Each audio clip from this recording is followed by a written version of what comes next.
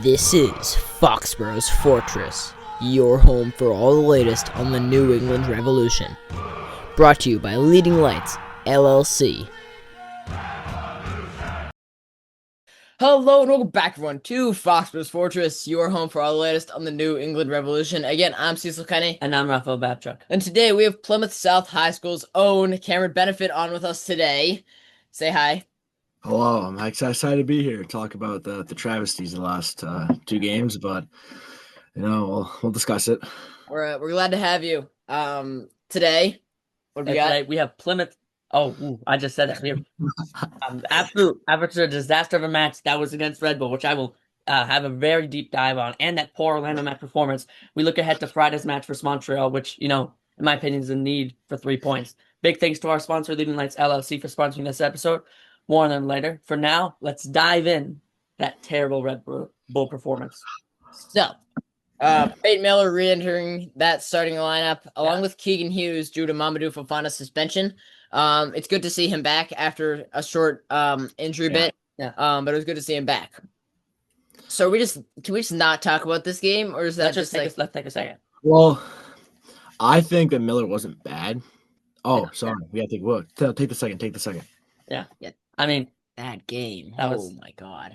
It's tough to talk about this. But yeah, you want to continue on Peyton Miller? I mean, I think he was honestly solid the first 25. Like, you saw, the first half was a great game, probably one of our best halves of the year.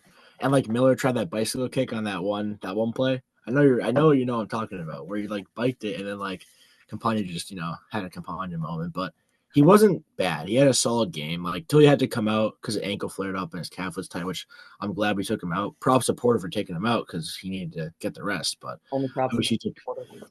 Only props. Only props we're giving him. Props.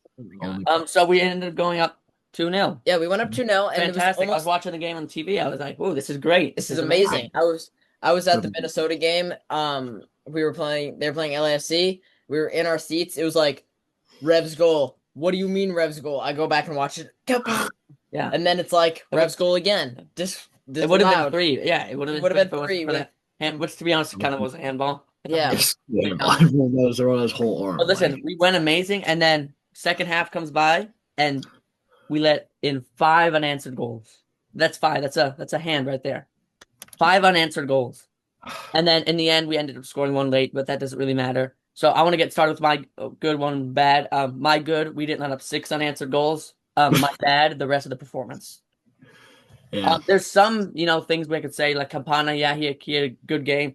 What we wanted, what we talked with Tesho last episode about how we wanted him to do good, and obviously he did. But the team, it sucks because Campana had a great performance. But then when you look at the result, I mean, it's really the only good thing is that we didn't play worse because we played honestly terrible. That was terrible. I mean, it's hard for me to even speak about that performance. The performance was extremely poor. I mean, something you never want to see when you're watching the game. And when I was watching the game, I was like, this is insane. I can't believe this is happening. It's bad. Nice rant right there. Yeah, I know. We had that when we were up 3-0 versus Orlando earlier in the season, and then they kind of went back and tied it up, and that was a good game or so. In the first game that we played them in Orlando, but I mean, it wasn't like this. No, not like that at all. I liked seeing Campana get that brace. It was good to see him get 2. It was almost a hat trick. That would have been really nice. But that game was terrible. Do I even need to say it at this point? But also, Goni, other than that 1 goal, is he can he score? That's a good question. We should ask. He got that one against Portland, and then from that on, he's hit the woodwork 3 times. Even yesterday, he couldn't finish. Yeah, yesterday he had 3 breaks. We'll get to yesterday, but whole team really couldn't do much. But yeah, I'm glad Campani got the 2. One of them really didn't really matter. It was a extra time goal. Didn't really make a difference on the game, but at least he put it in the back of the net, which is what the team couldn't do. Yeah. Yeah. What's your is that your one good, one bad right there? I think my good is just Campagna's brace. He was solid, but then the second half, along with the entire team, he just dropped off a cliff. And I'm wondering what Caleb Porter says at halftime. That's my bad. My bad is halftime because at this I talked about this on Twitter every single game. This is the rant that I had to let out. Every single game where we take a lead, we have Orlando. We actually came back, I think, in that game a little bit, but it was DC. DC was a game we should have won. They were 13th in the East at that time. We should have smoked them, but instead we couldn't see a 90th minute goal because our team just sits back. Porter just says, we have a lead. I want 10 out of the 11 players on the field back. I want one striker at like halfway mark. I want all you guys back. And there's no attack. And that just allows teams to just trample in chances. And that's what happened in this game. Again, and it's every single time we take a lead, Porter thinks parking the bus works. And he thinks he's playing FIFA, and he's not. He's Yeah. just He's not Jose Mourinho. Let's just say that. yeah. It shows him. It's funny you mentioned that.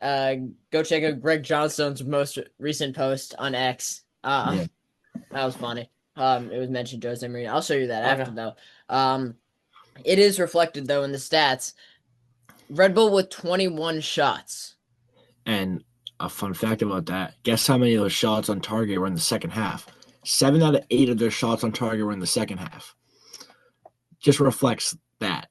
It's Like we're up 2-0, and Caleb Porter's like, you guys are good. Like, take a second. Like, that's not what we should be doing, and that's why we'll talk about his future later on in this podcast. His future with the new one.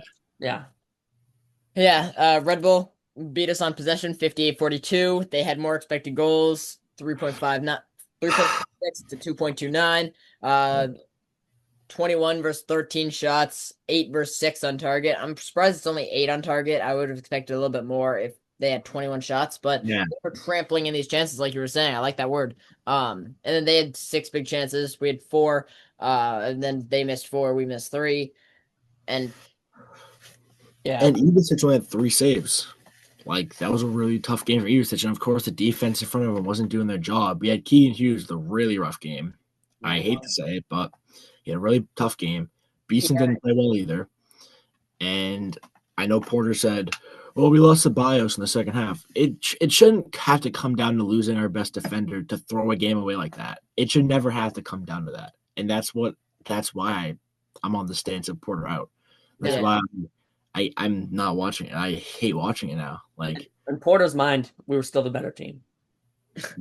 we're always the better team. We have the better players, but the better team never wins, I guess. That's just, right? I guess that's what he's saying. I do believe we were the better team there. Yes, we let up 5 goals in the second half, but we were the better team, guys. Yeah. we were the better team for 45 minutes until they scored, so it's okay. Right. Because we get to make a playoff push, even though, we're losing games like this. Are we going to make a playoff push, though? I don't think so. I really don't think so. I I'm was really not not saying saying We're Yeah, last episode we said that I was in a good mood. I'm gonna keep the hopes alive. I'm not in a good mood right now. This is No, no I more really playoffs. I think we're out of the playoffs. I think there's such a big gap. We're 8 points out now, and we only have 1 game in hand, and that game in hand, I'm pretty sure, is against LAFC. So, because every other team is playing in the I don't know who it's against, but it's against a team that's not in the League's Cup because that's going to be going on, and that first stops even last season, and that's not good. It's just not. It's not what we want to see. For predictions, we both predicted 1-0 with a Campana goal. We didn't that Campana scored. Campana scored, but it was not 1-0. No donuts. Quite far away from 1-0. Testo had 3-0. He actually got the Revs goal number correct and had one of the Revs goal scorers correct, and along with Langoni almost scoring. Yeah. So he almost had 2. We could probably predict Langoni almost scoring every game. Yeah. From now on. Oh, but the keyword almost. Almost. Yeah. I'm not expecting him to score because Yeah, I love how in the last episode when we were talking to Tesho, he was like, "Oh, we always got to bring the positivity." I completely agree with that. I think we always need to bring the positivity. But, it's so difficult to bring the positivity after such a terrible... When you let up 5 unanswered goals in the second half, it's really, really difficult to just be positive. That's like, not... Listen, I'm trying. Campana, great game. Keep up the work. I mean, I don't know.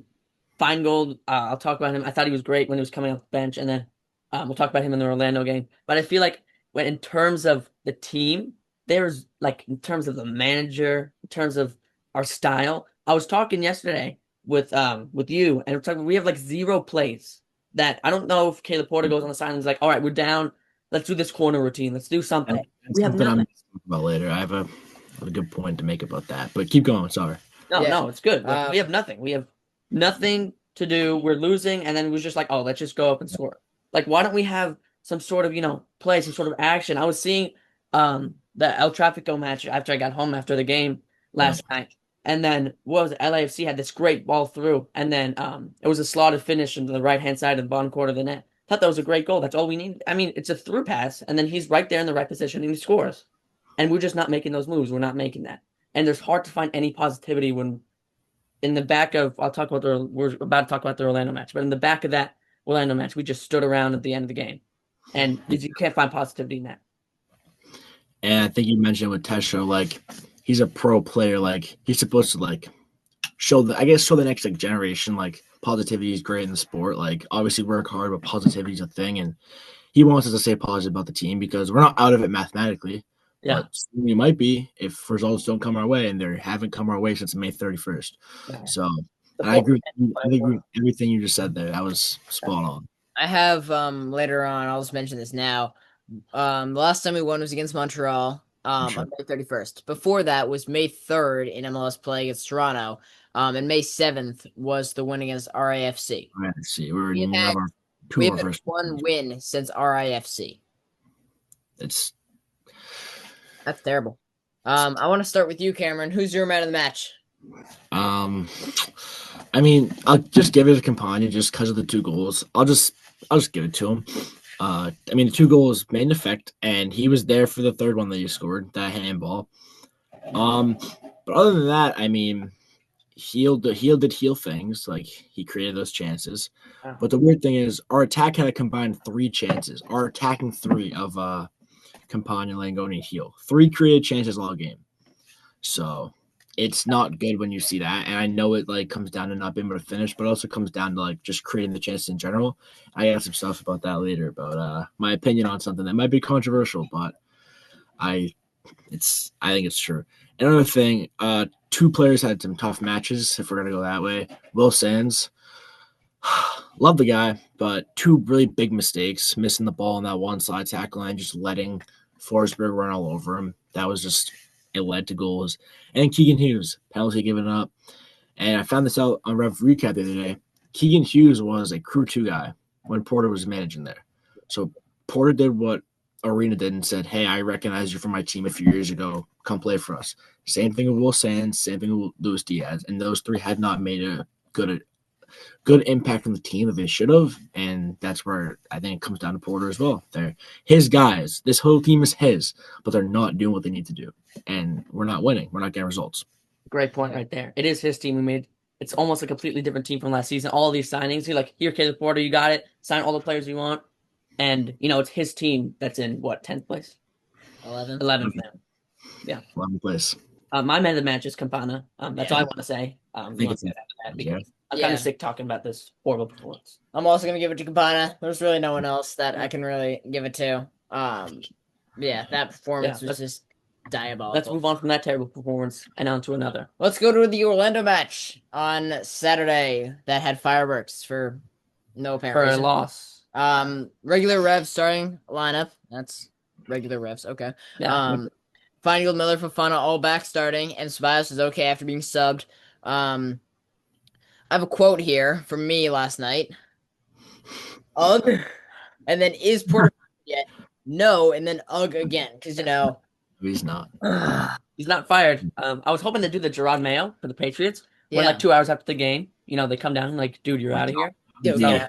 So I was hoping that would happen on the ride home. That did not happen.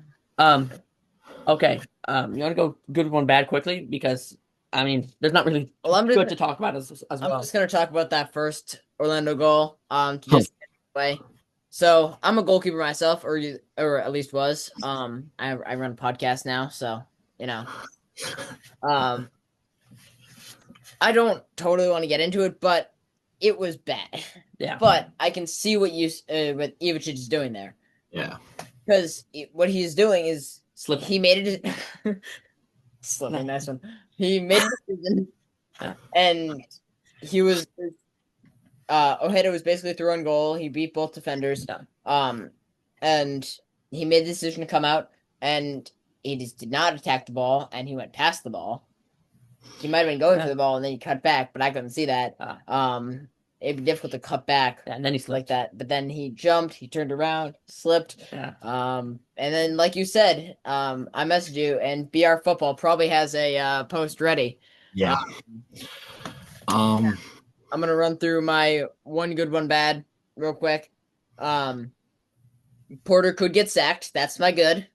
Yeah. Good. But in reality, it's another solid game from Al Hassan Yusuf. I will never stop.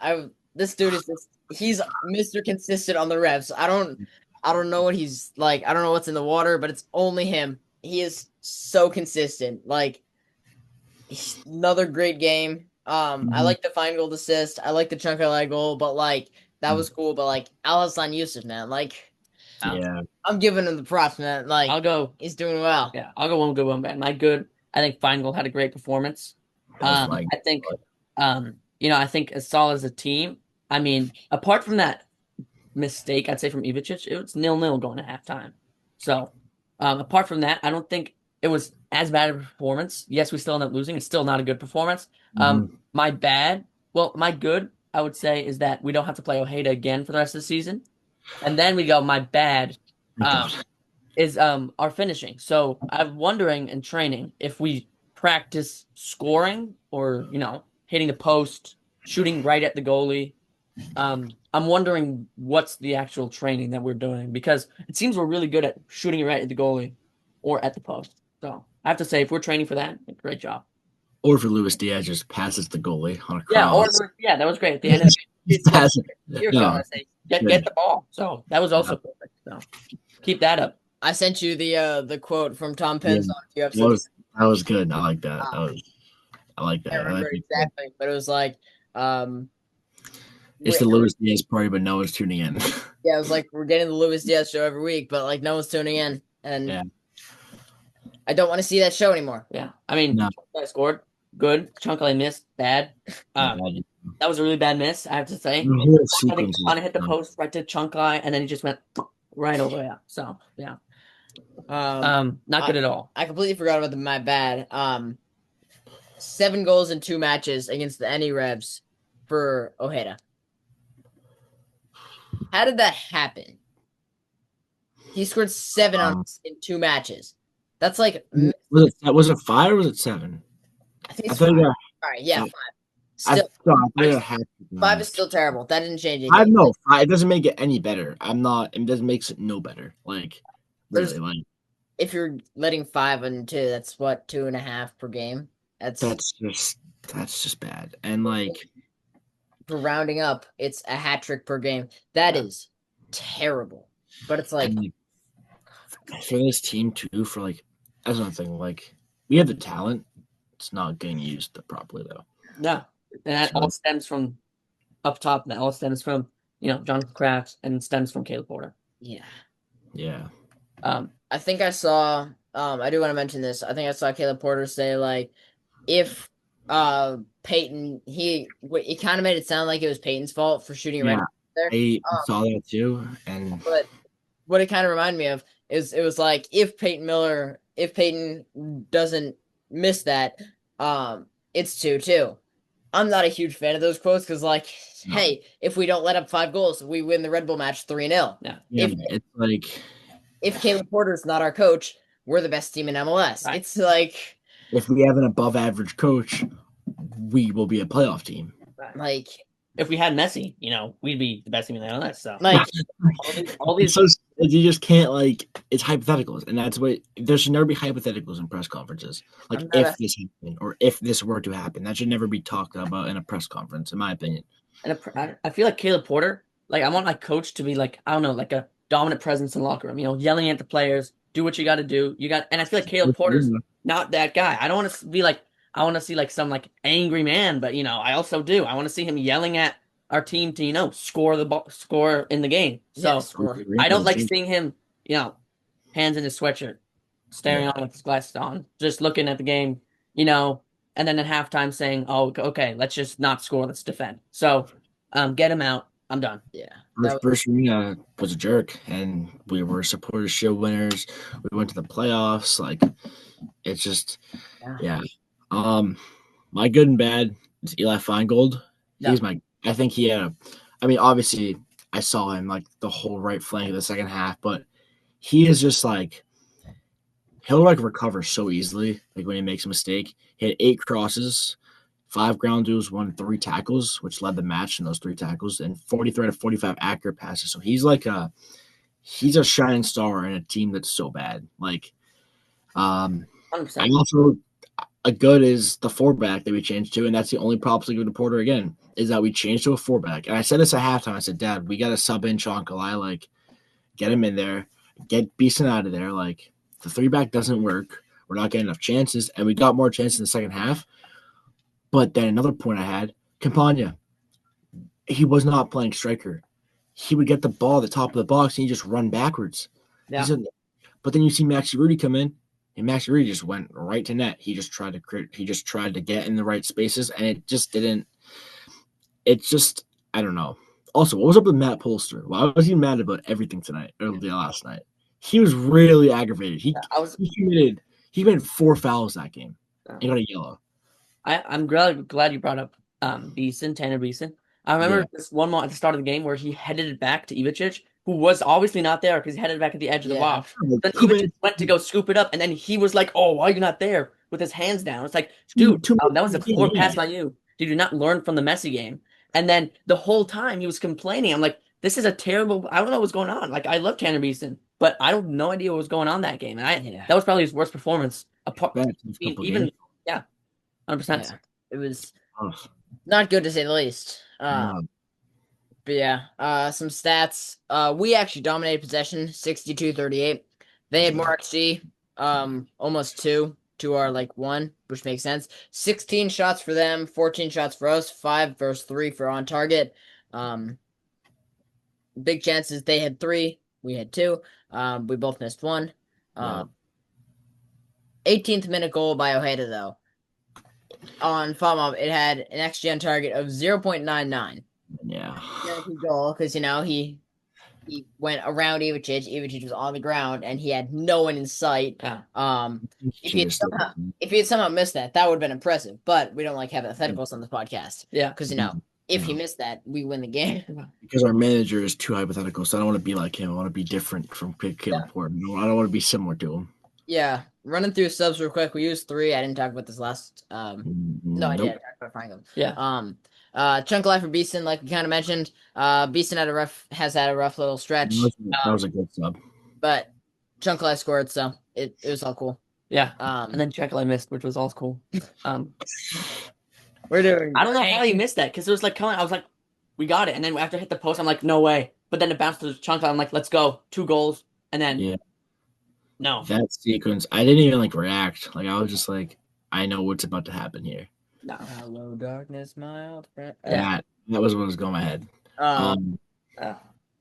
29 fouls committed all game from both teams, which is I see that as a high number. That's a really, really high number. Ref uses whistle a lot. Yeah. Another point. First shot on target was in the 55th minute for the Revs. 55 minutes in, it takes us to get 1 shot on target. John Uselio, I don't want to say his name, but he released an article this morning, and it was great. I read it. It was awesome, but that was the first point he made. In a must-win game, when our first shot on target is in the 55th minute, I don't know. Let me step in my Caleb Porter shoes for a second. If we had a shot on target in the first minute, we probably have on targets more in the game. If we did. Just want to put that out. He would say if our goalie messed up on a goal, like Ivacic did, we would have a lead. That's what he would say. Yeah. Yeah. Oh, wait, did I get the prediction right? Yeah. Did you? No, you did. No, you had the Revs winning. Jeez. Why had the Revs winning? Oh, I had Ojeda scoring. I would have predicted the absolute opposite. Actually had the game correct, but he didn't get the he didn't Chunkalai scored and not Campana. So unfortunately he's not getting donuts. Yeah. If he does if he predicts Chunkalai there, he didn't have to get Ojeda and Enrique right. Rules of this podcast. You just have to get the Revs goal scores right and the scoreline right. If he had chosen Chunkalai over the Campana, I would be sending him a Dunkin' gift card right now. Yeah. But unfortunately, that is not what's happening right now. There are a lot of Dunkin' Donuts in Dallas or wherever he's living. There are a lot in there. I think he's in Charlotte. Charlotte, yeah, there's definitely Dunkin' Donuts there. My bank account is safe. I want to bring up my man of the match. My man of the match was Eli Feingold. I felt like you were saying, he was the rock star of the game. There was just one moment in the game where he was dribbling on the right hand side, in the second half, right where kind of me and you were sitting, and then he kind of loses the ball for a second, and then he runs back after it to go get the ball, and then he wins it, gets pushed down, calls for a foul. Stadium's ready. We're hyped up. Like, yeah, Carlos Hill goes in for the free kick, amounts to nothing. But Feingold was there. He pushed. He got that ball back. He was fighting using his strength. I just thought that was great. And he's my man of the match. He got the assist as well. So I second that for Feingold. I think he made a really good impact. The right side of the field, just with Brandon Bye. Love Brandon Bye. I'm not going to hate on Brandon Bye, but yeah, he's not as good as Feingold. And I said this before the season started. My hot take of the season was Brandon Bye is not going to be Revs play at the end of the season. And I don't think that's going to happen anymore because of Feingold's injury, and it could reoccur. But I don't know. I feel like he might go to an actual playoff contender. Yeah. Or like someone who's in the playoffs as like a fullback, like Dewan did. Seattle could use him for Nuhu. That guy is a hothead. Yeah, that was funny. Talk about a flipping off a ref. That is speak that we'll talk about the RIFC match later, but that was something else. My man of the match. I feel like I already said it. Yeah, I think you know you're gonna say. He didn't score, but he's always so consistent. My honorable mention, obviously, Chunkalai and Feingold due to their goal and assist. I said that out of order, but it's fine. No, it didn't. It's written wrong. That's fine. It doesn't matter. Hassan Yusuf, though. Yeah. In terms of the last two games, not just disappointment, disgust. I'm trying to think of another word. Disgust, disappointment. We got, the feeling that you want to hurl, the uneasy feeling in your stomach. That's what these games have given me. It's also given me because when we were having that good streak, I'm like, we're gonna do good. I feel like we could get up to fifth place, so we're doing good. And now I don't think we're making the playoffs. And the only positive that can come from the rest of the season is when I turn on my phone and see Caleb Porter was fired. Oh God. Yeah. That's it. You got anything else to add? Yeah, I have one controversial opinion about the recency of this team. So our attacking structure, like you said, Raph, there's none. We just kind of just free flow, and we think we have a good line here to just be making these stupid back heels like last night. We just gave one up. But I noticed something. Everything, 80%, 85% of plays just go through Carlos Hill. You saw last night. Feingold had the ball in the wing. Carlos ran to him and just kind of took it off his feet. Of course, Hill played a great ball, but not everything has to go through Carlos. We have a bunch of other attackers, and that's where the creativity needs to come from, is the other attackers. Because you play it to Carlos, he can get by 3 defenders. He can let it off to somebody. But when it comes to him, not everything needs to go through him. I can't stress that enough. Not every single play is, give me the ball, I'm going to do something crazy. There has to be creativity somewhere else. And if he gets hurt, the season's over. We have no backup for him. So that's all I have to say. Yeah. That's a great take. 100% agree. I was talking with my dad yesterday. And so we talked about that point a lot earlier on in the podcast. We were saying how we need another playmaker. We can't always go through Carlos. I was talking with my dad. It's just everything's going through him. We don't have another playmaker. It's just we can't always send it through him. And there's, like you were saying, there's no creativity anywhere else. I know, yeah. So we just teams know what they're looking for, and exactly. It's Carlos Hill. Target Carlos. Well, what my dad was also saying is that we kind of need a coach to stand up to Carlos a bit, because Carlos commands the team, and so if Caleb Porter, not a bad idea to give Carlos all the freedom in the world, but you gotta go get someone else and then put some restraints on Carlos, because right now they're just oh, I want the ball. Okay, here you go. It's if you go watch Bruce Arena's Revs, you'll see the amount of creativity that was there. Even when we had Esmir, even when like Tajon left, you had like what was it? We had against like a game like Vancouver, Esmir. We had it was Esmir, Barrero, and Heel and Vrioni.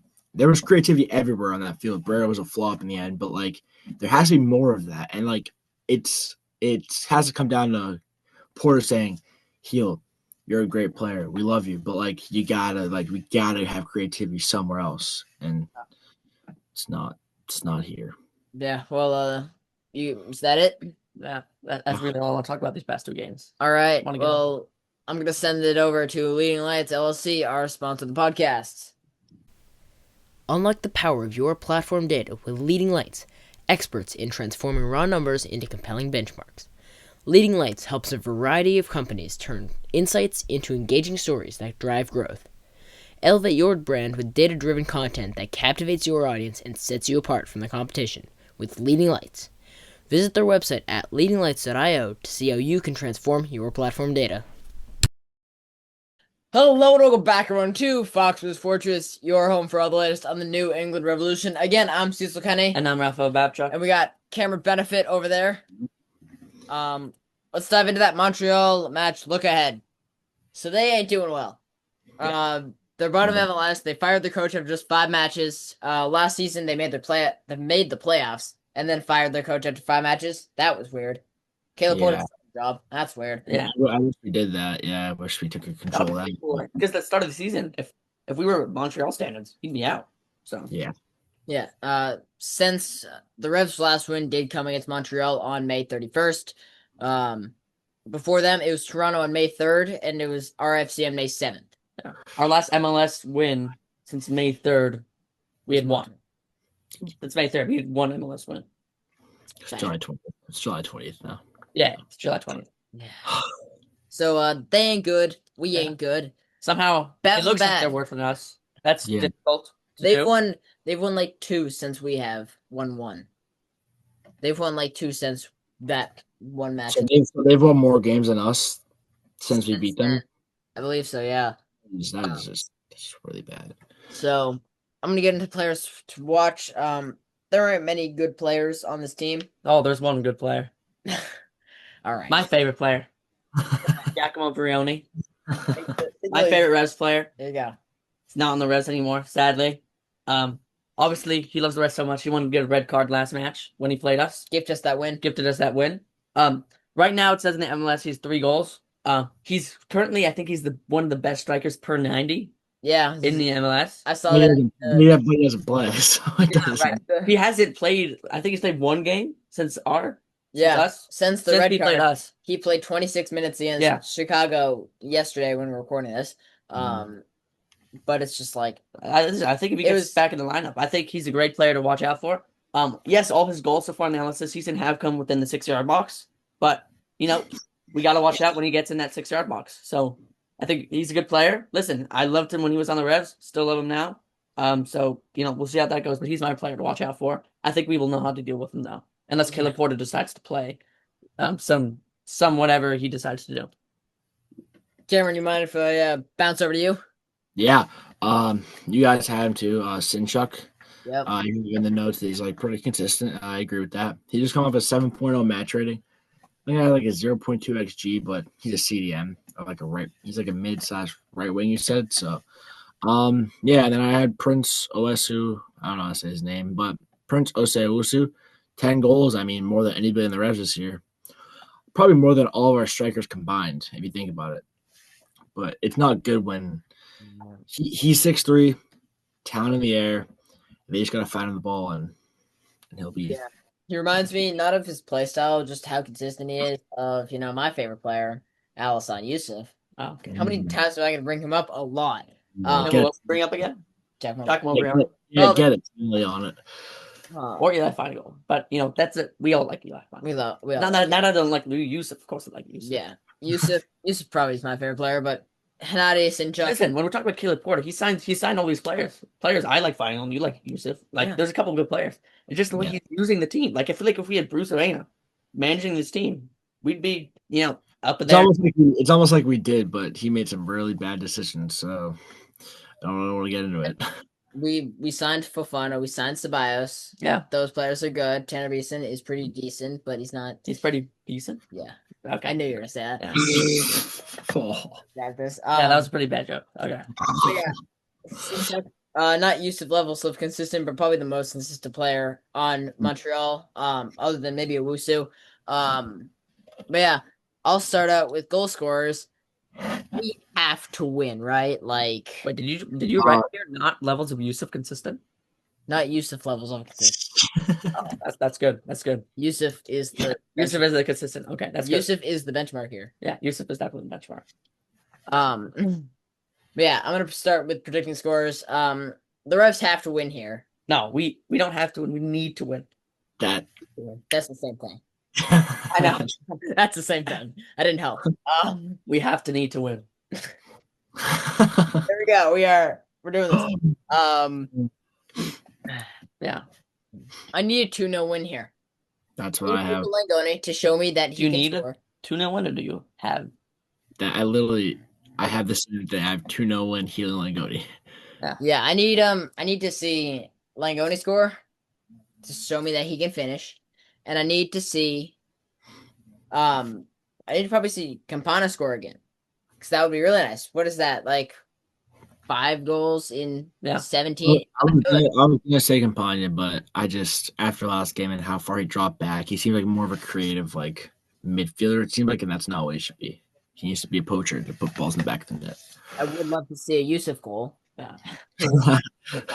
But I'm gonna hope to see a 2-0 win because I want donuts. With the Revs goal scorers being Langone and Capano. Yeah. Raphael, who got? I'm gonna say we lose. I'm gonna say we lose. I'm gonna say Sancho scores. Oh, you know what? I don't mind that. I really don't. I think we lose. I don't think we have any. Just the formula we're playing. I don't even think we beat Montreal. And I think after this game, it's the nail in the coffin. I think we fire Caleb Porter, bring him Andrew Farrell as a interim head coach. Player coach. That'd be awesome. I think we should get Brad Knight in. I think he's done a lot of work with the academy. I would want Knight in. But all right, I'll ask you guys a question. Interviewing your own podcast. If we were to fire him, who would you want to bring in from like the managers around the world? I think I said my opinion last night, but I want to see what you guys had. So I echoed this to you. I told you this last night. But we were talking about the salary relationship between him and the Revs and how that is shot. That's a nail in the coffin. That's a real nail in the coffin. I don't think he's a big Biello and an awful guy, and so I don't think we're getting him. I would love for him to be our head coach. That would be awesome. But is he going to be our head coach? Absolutely not. So I mean, honestly, anyone would be better than Caleb Porter. Yeah. So I'm gonna. What do I even shoot for head coach? Because that's a really good question. We've got Brad Knight, and like you said, we could bring in. You could just have Cappy coach the team for the rest of the season. It's not a bad idea at this point. But Andrew Farrell too. Have them be player managers. I wouldn't hate it. Yeah.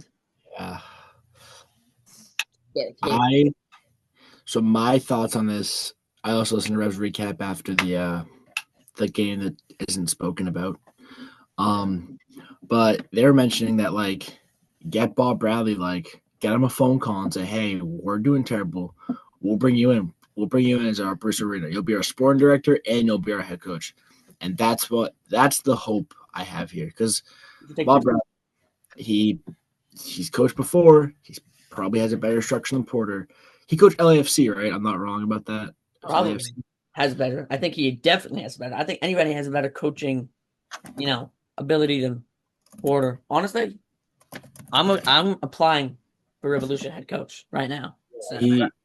It seems that he coached LAFC. Yeah, LAFC, Toronto, Stayback, Swansea, Egypt.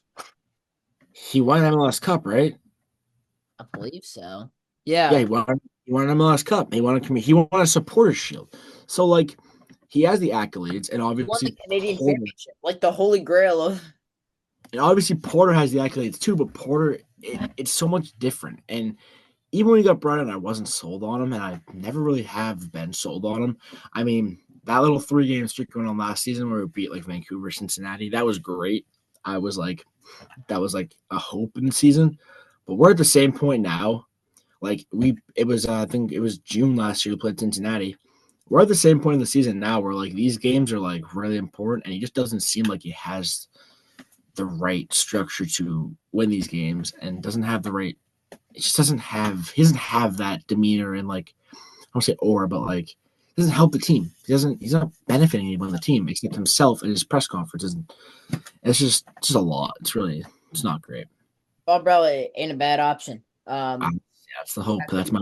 Bob Bradley. Okay. I think that's it. Yeah, that's like it's the guy. And like Jim Curtin, you can bring up too, but Bruce Arena. Love to come back. Jim Curtin, he's not. He's not going to come into MLS. He was Philly when he was the guy in Philly. Everyone loved him. I mean, even other MLS fans are like, this guy's a great manager. Like, and Philly were great. They didn't win a cup, but they were great. Like, and they might win a cup this season. You never know. Yeah. Down again. I'm gonna move on to our Revs loan watch. There we go. I'm gonna speed through this because there ain't much action here. Nope. Yeah, Jack Penio too, who's with Hartford. It looks like he's finally recovering from his injury. He made the bench for Detroit, but he didn't appear on the bench against RFC. But Anthony Sahia now. Oh my God. Oh yeah. What are we doing? He's gonna get a fine. He's gonna get fined so much by the USL. He's gonna get fined $50 because that's how much they make in their salary. So Yeah. he's not getting fined much. You guys can look up that video. Anyone? Oh yeah.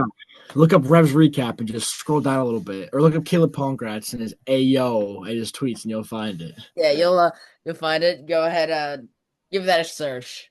Yeah. Other than him, you got Thiago Suarez, with Birmingham Legion. He's played 3 matches. He got a yellow card against RFC. But finished with a 7.0 fault mob rating. He did pretty decent there. I was at that game. That was cool. That's cool. In match versus North Carolina FC, 3-2 win. He had a 6.3. And then his most recent match was a loss to Colorado Switchbacks with a 6.2. Tough little stretch, but he's doing all right for himself. And then there's Max Weinstein with Tallinna Kalev in the Meisterliga in Estonia. Yeah, I still don't know how that happened. Go check out my episode with Tom Pinzone for a good 5 minutes on that one. But he made his debut in a 3-1 win over Lagery. It's 2 A's. I don't know. He wore the number 13. It's not too much else. Good for him. And now we get on to some transfer news. You have some opinions on this, but I'll start with the per sources. Como 09 striker Patrick Coutron could be on the move to an MLS club. The Revolution, DC United, and Sporting Kansas City are the clubs interested. 27-year-old forward has played for some big clubs: AC Milan, Fiorentina, Wolves. Shout out Revs Wolves right there. Revs Wolves. Valencia and Empoli, and now Como. He actually, I believe, he was teammates with Campana back at Wolves for a short time before they both got shipped out on loan. But his contract does not end until 2028. So he would have to be a loan or bought permanently. That's the problem. Which is interesting, to say the least. I wouldn't mind that. I wouldn't.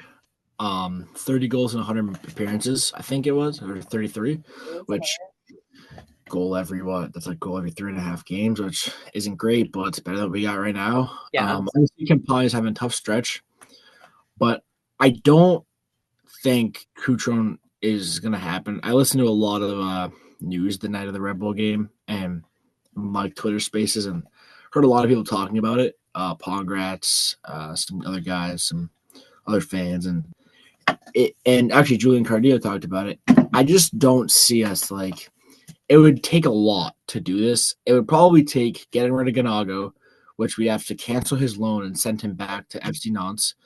And I don't think it's a good idea to do that right now. And obviously Coutron may be good, but it's obviously just a rumor. But the problem is the loaner bought. And do we want to take a risk on loaning somebody out again, like Ganago, who got hurt on international break. I don't know. And obviously, Cutrone isn't on the Italian national team. Yeah. But still risks. You never know. I don't know his injury history. Probably should have research on that, but I don't know. I wouldn't mind him. I'm gonna give my thought on the Revs' current attacking players. Gonigo has to go. He's just not. He's just hurt. It's just Hurt. so He hasn't been unfortunate. good. He hasn't really provided anything to this team. I don't want him in the club anymore. I think he's gonna stay to the end of the season, but we're not gonna buy him. We're not gonna buy him. We're not gonna. Not what's gonna happen. I don't think we can cancel his loan, but also Coutron would come in either this window or the next if possible. But if he comes in this window, that would be nice.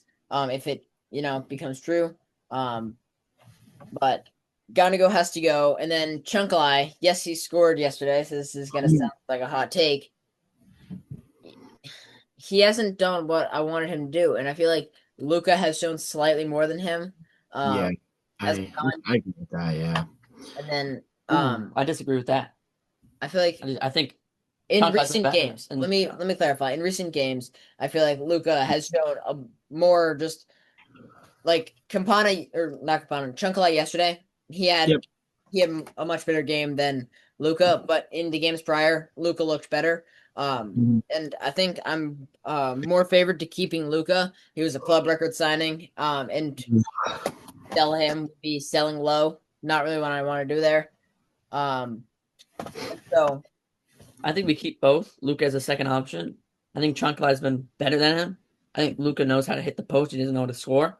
And I think Chunkalai's been better. I don't necessarily agree with that. So then who do we get rid of other than Gonigo? Because I feel like we got to clear out a bit more. Well, I guess Rudy's probably gone at the end of the year. But we don't really get anything from that. I really think Rudy's might. I don't know. I see what you guys are both saying. But Rudy also gets in the right spaces. So it's not like I feel like it's just I feel like it's a great option. Rudy's a Rudy, and he doesn't produce as much as he should. He's obviously like what 32, 33 years old, 34. Like 34. So like, and like Tesha was talking about, he's a great locker room guy. Like, it may be worth it to just keep him like Andrew Farrell for the locker room and get hopes up with the team, and maybe put him on that leadership council that Porter was talking about with Evasic, Polster, and Neal. I wouldn't mind like say he doesn't resign with us. Maybe we do resign him to be that like third striker, or we sign a guy similar to him who's like 33, 34 next season. But we also get Coutron to be that like Campana seems like he's semi-injury prone from what we've seen. He's gotten injured multiple times. Give us an actual decent option and maybe someone who can compete for that starting role. And so I wouldn't mind Coutron at all. Yeah. I think if you're Coutron and you're looking at these teams, you see, all right, so Revs, the Revolution are interested in me. DC are interested in Sporting Kansas City.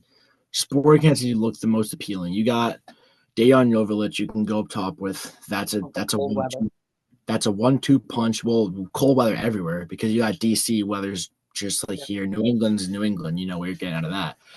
But I think if you're looking at a team standpoint and like if you're gonna bring something to the team, this reminds me like the Latte Loft, but definitely not as much money. Yeah. But what you're gonna bring to your team is what I feel like the players look at when they want to join a different club. I think Ganago thought, hey, we just got Leonardo Campagna. He was a star for Miami before who came in the league. I want to play with him. And he's just not been appealing. And the thing when you contradict Ganago is you let Ganago go, say Porter gets sacked, and then you let Ganago go. What's next in the transfer window? You're getting rid of an attacker, and are you going to go and sign somebody? Because like I said, if Porter goes, Anolfo goes. They're buddy. Basically, Anolfo said, hey, Porter, we had a terrible season last year. Do whatever you want with the team. I'll make it happen. Yeah. And these Porter's guys just don't work. Last bit of transfer news. I'm going to glaze over this. It's not a huge deal. Sparta Prague forward Victor Olatunji looks like he's headed to RSL and not New England. There's never a concrete rumor he would come to the Revs, but Bogar posted that a few MLS clubs were interested, and I just hope the Revs were one of those teams. Unfortunate that he's not coming here, but it is what it is. And there's that new Coutron rumor. And there is a concrete rumor that the Revs are part of that. So that's not bad. Comments from viewers. We got one. Some dude named Cameron Benefit We know what it is. We know what it is.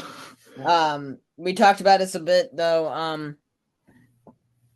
He commented on the Porter out train. He's on the Porter. You're on the Porter out train. I'm on the Porter out train. I'm on the Porter out train. Two more guys on the train. Nice. How about we can we buy a plane instead? Yeah. Just get anybody on it. Just get them out of here. Just get Porter out of here. Far away from here. Yeah. But yeah, I'm Porter out. He's Porter out. You can put Melbourne FC in Australia. Ooh, I like that. There we go. And then go coach Auckland City. Yeah.